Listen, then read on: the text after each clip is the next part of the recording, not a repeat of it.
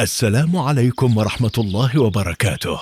في هذه الحلقة المهمة جدا سنتحدث عن موضوع يشغل بال الكثيرين ممن يهتمون بتربية المواشي، سواء الغنم أو الماعز أو الأبقار.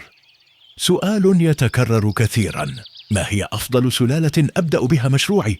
هل أختار الغنم أم الماعز أم تربية الأبقار أفضل من الكل؟ الجواب ليس بسيطا ويعتمد على عدة عوامل. تابع معي حتى النهاية، لأن المعلومات القادمة مهمة لأي شخص جاد في تربية المواشي بهدف الربح أو حتى للاستهلاك الشخصي. أولا، حدد هدفك من التربية. هل هدفك إنتاج الحليب أم تسمين سريعا وبيع للحم، أم التكاثر وبيع الفطيم أو النعاج أو العجول؟ الإجابة على هذا السؤال ستحدد نوع السلالة التي تناسبك. ثانيا، الغنم وسلالاته.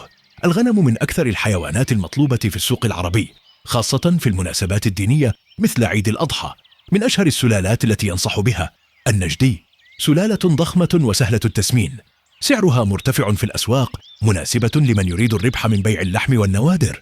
النعيمي، محبوب جدا في الخليج، لحمه طري ومطلوب، يحتاج تغذية جيدة ومتابعة صحية دقيقة.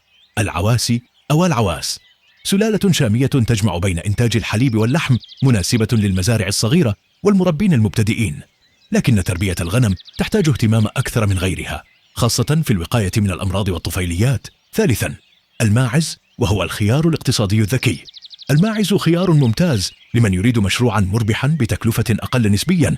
ومن أبرز السلالات الماعز الشامي، غزير الحليب، يتميز بسرعة التوالد وسهولة التربية، مناسب للعائلات والمزارع الصغيرة. الماعز البور، سلالة جنوب إفريقية، سريعة التسمين، لحمها مرغوب في بعض الأسواق، تحتاج إلى علف متوازن ومتابعة دقيقة. الماعز البلدي، يتحمل الظروف القاسية قليل الأمراض، لكن نموه أبطأ وإنتاجه محدود. الميزة الأهم للماعز أنه قليل التكاليف ويعتمد على بقايا الطعام والعلف الرخيص. رابعا، الأبقار، وهو مشروع استثماري كبير. الأبقار تحتاج رأس مال أكبر، لكنها تعطي إنتاجا عاليا إذا أحسن إدارتها. من السلالات المهمة الفريزيان، إنتاج عال جدا من الحليب، يحتاج إلى تغذية مركزة وبيئة معتدلة. الهولشتاين، أفضل سلالة للحليب في العالم، مناسبة للمشاريع الكبرى، تحتاج إلى رعاية صحية دقيقة.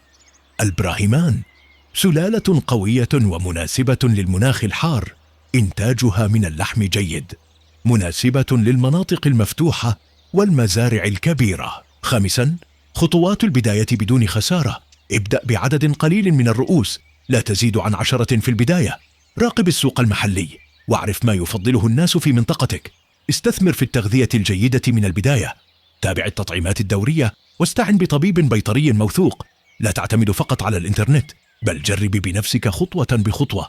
الخلاصة: التربية الناجحة لا تعتمد فقط على نوع الحيوان، بل على فهمك للسوق ورعايتك الصحيحة وإدارتك الذكية للمشروع.